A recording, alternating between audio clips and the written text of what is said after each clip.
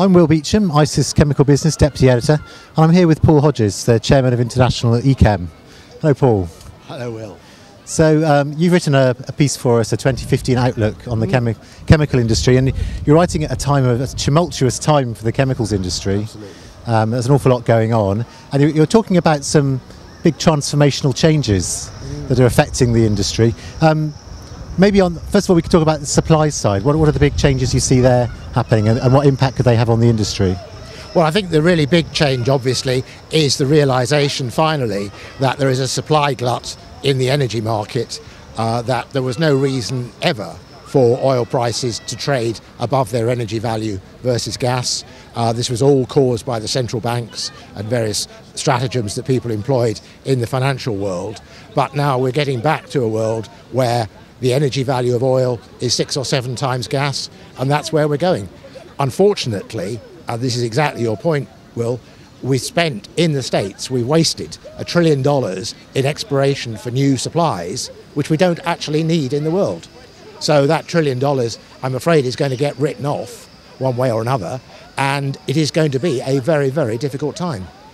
And what about on the chemicals side for supply? There's a lot of supply coming online in China, for example. Well, it's 2 different types of expansion going on. In China, a strategic expansion based on the need, as the Chinese government sees it, to build up their own energy self-sufficiency. Therefore, let's use coal, which we have, because we haven't got oil. And this is all tied in with electricity by wire, for example, programs, close down power stations around Beijing and instead make them out electricity in Mongolia out of coal. So a very big, very strategic program. On the other side, over in the States, people getting carried away, wishful thinking about suddenly gas and oil in the States was going to be competitively priced against the rest of the world. How was this going to happen? The States, polyethylene, the main derivative, the market hasn't grown since 2000. Hasn't grown for 15 years. Now, you can't believe that you're going to sell more. US exports of polyethylene have been falling for 5 years. Again, you can't believe that's going to change because the main market was China, which is becoming self-sufficient. So, yes, a major problem of overcapacity in ethylene, in propylene, in paraxylene, in PTA, in all the main building blocks. Tragic, absolutely tragic. Let's look at the demand side then. What kind of fundamental shifts are happening there? Well, this is good news and bad news. So the bad news is, if you've been living in this world of wishful thinking that demand is always going to be growing and it's all going to be affordable luxury and people are always going to have lots and lots of money, well, you're going to have a very, very bad 2015 and afterwards. On the other hand, if you focus on what I would call the reality, this new normal, aging populations, really a major reduction in the number of young people in the world, and you look at the changes in demand patterns that is causing, some absolutely fantastic opportunities coming through. Okay, and then what about for the chemical industry itself? It's going to require some new strategies to succeed, I guess. Can you give any hints or tips for new strategies? Yeah, let me give you 2 numbers. People talk about 2 billion or so people becoming middle class. Now, this is nonsense. What they mean is 2 billion people earning perhaps $10 or $20 a day. That's the definition. That's the definition. It's not, so you're talking about $3,500 to $7,000 a day. That's not middle class. I'll give you another number. 2.5 billion people in the world, an official UN report this summer, lack access to toilets. Right? That's the real world.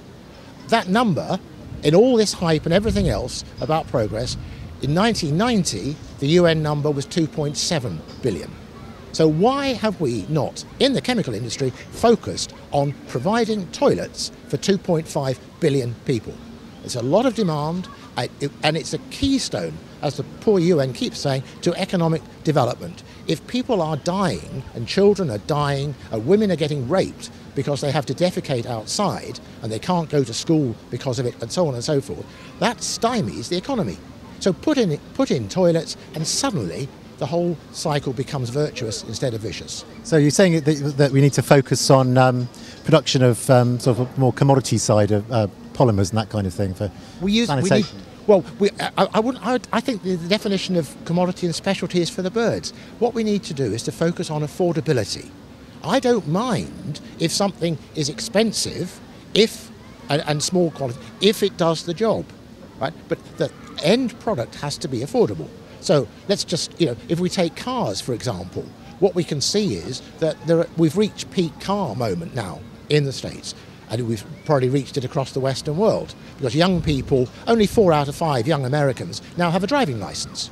Young people in Germany and Europe, they don't want to drive a car, they can't afford it.